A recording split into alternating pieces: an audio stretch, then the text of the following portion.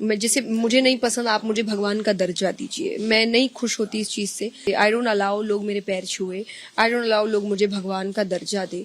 I think मैं एक simple human being हूँ, तो मुझे नहीं लगता मैंने कोई बहुत ऐसा काम कर दिया कि आप मुझे भगवान का दर्जा दीजिए। इस वक्त हमारे साथ बातचीत करने के लिए मौजूद हैं जया किशोरी जी, और खास बात यह है क्योंकि आज ये किताब उनकी जो है दिल्ली में एक तरीके से लॉन्च हुई है, दिल्ली में लॉन्च हुई है हम कह सकते हैं, हालांकि लॉन्च पहले हो चुकी है, लेकिन दिल्ली वालों के साथ आज वो इस किताब के साथ बैठी, बहुत सारी चर्चा की, और उसका नाम बहुत इंटरेस्टिंग है जो बहुत अट्रैक्ट कर रहा है, इट्स ओके। क्या इसके पीछे क्या कहानी है इट्स ओके? चैप्टर्स भी सब इसी तरह से? हाँ जी, कहानी यही है कि मुझे ऐसा लगता है कि आज के भागदौड़ की जिंदगी में हमें कोई चाहिए जो कंधे पे हाथ रख के कहे कि अरे इट्स ओके, चलता है, हो जाएगा। तो मुझे लगता है हर व्यक्ति को ऐसा व्यक्ति मिलता नहीं है जो उसको कठिन परिस्थितियों में ऐसा कह ले।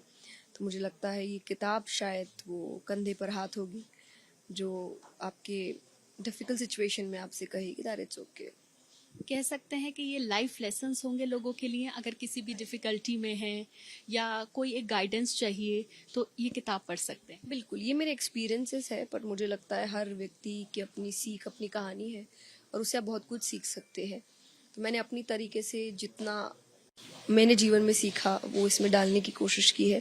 तो यस, आप बोल सकते हैं, क्योंकि ये सेल्फ हेल्प बुक है, इसको पढ़ के आप अपनी मदद कर सकते हैं, आप अपनी सहायता कर सकते हैं। तो डेफिनेटली मैंने तो इसी मानसिकता से लिखी है कि लोगों को हेल्प हो सके, तो आई होप हो जाए।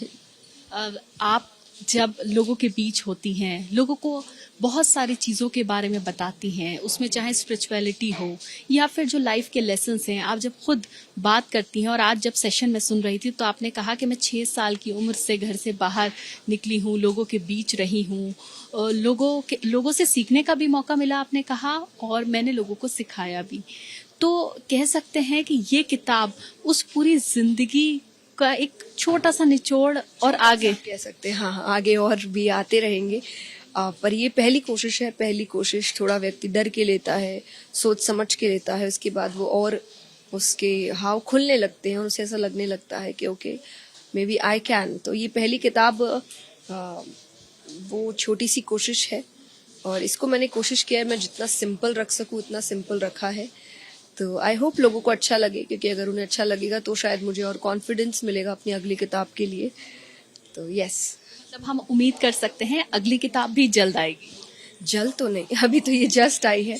आप वापस बैठेंगे, कोई टॉपिक सोचेंगे, उस पर लिखेंगे, पर जितनी जल्दी हो सकेगी मैं कोशिश करूंगी। तो आप कितना प्यार इस किताब को देते हैं डिपेंड करता है कि नेक्स्ट किताब कितनी जल्दी आएगी। इट्स ओके कहीं ना कहीं यूथ से कनेक्ट करने की कोशिश, क्योंकि आजकल आपने स्टेज से भी ये बात कही जब मैं सुन रही थी कि जो बुजुर्ग लोग होते हैं वो आते हैं और वो शायद ये सोच के आते हैं पुण्य मिलेगा सुन रहे हैं तो, लेकिन यूथ इसलिए आता है कि शायद उनको सुनने आता है और उनको सुनने के बाद एक गाइडेंस मिल सके। तो कहीं ना कहीं ये किताब एक यूथ से कनेक्ट करने की भी कोशिश। हाँ जी, मेजर ऑडियंस मेरी यूथ ही है। आई थिंक मुझे लगता है 16 साल से लेके 35-40 तक के एज के लोगों के लिए है, जिनके पास देखिए समय है। मुझे ऐसा लगता है सीख कोई भी आप किसी उम्र में सकते हैं, पर चेंज लाने का एक समय होता है कि अगर मैंने कोई गलती जवानी में की है, जवानी में ही सीख मिल जाए तो मैं बेहतर कर सकती हूँ। जवानी की गलती सीख बुढ़ापे में मिल रही है तो मेरे पास टाइम नहीं है उसको ठीक करने का, या फिर टाइम जा चुका है। इसीलिए मेजरली ये किताब यूथ के लिए है। पढ़ कोई भी सकता है, आपको अच्छा ही लगेगा पढ़ के, पर अगर आपको ऑन स्पॉट कोई चेंज चाहिए, सीख चाहिए, तो जो आज का यूथ है उसके लिए किताब आई थिंक सो हेल्पफुल हो सकती है। इसमें एक चैप्टर है जो मुझे बहुत इंटरेस्टिंग लगा, वो है it's okay to be rich, यानी कि इसमें, और उसके अंदर भी मैं देख रही थी एक सब हेडिंग है फाइनेंशियल इंडिपेंडेंस। और कुछ वक्त पहले मैंने एक रील देखी जिसके ऊपर आपको भी ट्रोल किया गया, अगर एक अच्छा हैंडबैग लेके या अच्छे लाइफस्टाइल आप जी रहे हो तो उस पर कहीं ना कहीं आप ट्रोल हो जाते हो। लेकिन अभी मैं आपको जब सुन रही थी तब भी आपने इस बात का जिक्र किया कि रिच होना कोई बुरी बात नहीं है, अगर आपके घर में कोई परेशानी आएगी तब आपको पैसे की जरूरत होगी, एक अच्छा लाइफस्टाइल है तब आपको पैसे की जरूरत होगी। तो it's okay to be rich, क्या क्या थॉट्स थे जब ये लिख रही थी? अब बहुत से थे। मुझे लगता है कि रिच की मेरी एक अपनी डेफिनेशन है, वो डेफिनेशन मैंने इसमें डाली है कि रिच का मतलब सिर्फ फाइनेंशियल इंडिपेंडेंस नहीं होता, और भी 2-3 टॉपिक्स है। और मुझे लगता है जब वो तीनों चारों आपकी जिंदगी में नहीं आते तब तक आप रिच नहीं कहलाते। सिर्फ पैसा आने से व्यक्ति अमीर नहीं हो जाता। आई थिंक उसके रिश्ते, उसकी मानसिकता, उसका अध्यात्म और पैसे, इस सब का बैलेंस बनेगा तभी वो इंसान अमीर कहला सकता है।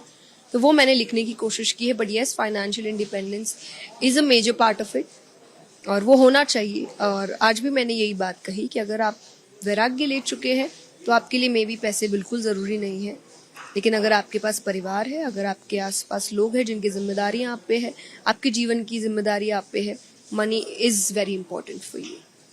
अच्छा, एक सवाल जो शायद किसी के भी मन में आ सकता है, ये सवाल कि अगर आप एक कथावाचक हैं लेकिन आप एक अच्छा अर्न भी कर रही हैं तो लाइफस्टाइल मेंटेन करना कोई बुराई तो नहीं है, तो उस पर आपका क्या थॉट है? मेरा कोई थॉट नहीं है। मुझे लगता है ये बहुत बहुत पेटी थिंग है। इस पे बात करना शायद मेरे काम की बेइज्जती करना है, और तो मैं नहीं करती। मुझे ऐसा लगता है बोलने वाले, कई बार आपको लोग इसीलिए भी ट्रोल करते हैं क्योंकि शायद वो आप जैसा जीवन जीना चाहते हैं, आप जैसा कुछ करना चाहते हैं और वो कर नहीं पा रहे हैं। तो आपको करता देख उनको बहुत इनसिक्योरिटी फील कराता है और वो इनसिक्योरिटी उतारने के लिए वो आपको गालियां देते हैं।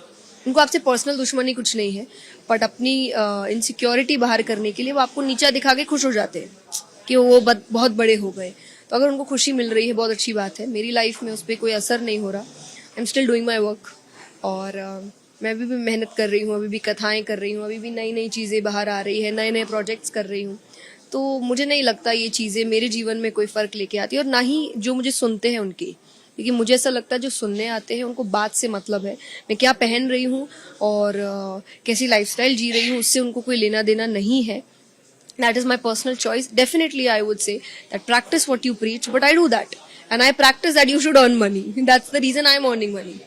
अगर मैं किसी को कहूँ कि money is a must in your life, I should have money for that, no? If I'm saying someone कि spirituality is a must in your life, I should be spiritual. तो मैं कोशिश करती हूँ that I practice what I preach, and by God's grace, mostly काफ़ी चीज़ें मैंने अपने जीवन में अपना ली है। और इस किताब में बहुत सारी तरह से और बहुत सारी चीज़ों को लेकर गाइडेंस भी मुझे लगता है यूथ को मिलेगा। एक सवाल किताब से हटकर अगर मैं आपसे पूछूं कि भारतीय जनता पार्टी के एक वरिष्ठ नेता हैं अनिल विज जी, उन्होंने ये कहा है जो कथावाचक हैं और जो संत हैं उनमें अंतर होता है।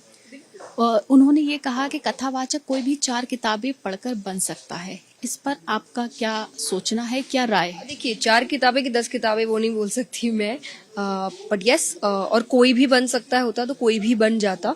मैं इस चीज में अग्री भले ही ना करूं, पर हाँ, I would definitely agree with that. कथावाचक और संत अलग होते हैं। उन्होंने ये भी कहा, मैं साधु नहीं हूँ, मैं साध्वी नहीं हूँ, पर मैं कथावाचक हूँ। तो ये डिफरेंस बिल्कुल है, और ये डिफरेंस को याद करके ही आप किसी को सुने। मैं जैसे, मुझे नहीं पसंद, आप मुझे भगवान का दर्जा दीजिए, मैं नहीं खुश होती इस चीज़ से।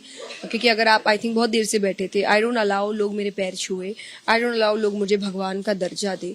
आई थिंक मैं एक सिंपल ह्यूमन बीइंग हूँ जो कोशिश कर रही है कुछ अच्छा लोगों तक पहुंचाने का, by the terms of reading. I read good things, I study and then I do that work. मेरे हिसाब से हर टीचर ये काम कर रहा है। कोई इंसान MBA करके जॉब कर रहा है तो अपने MBA की टीचिंग्स यूज करके उस कंपनी का कुछ फायदा कर रहा है। I have read something, I have some kind of knowledge and I am using that for other people.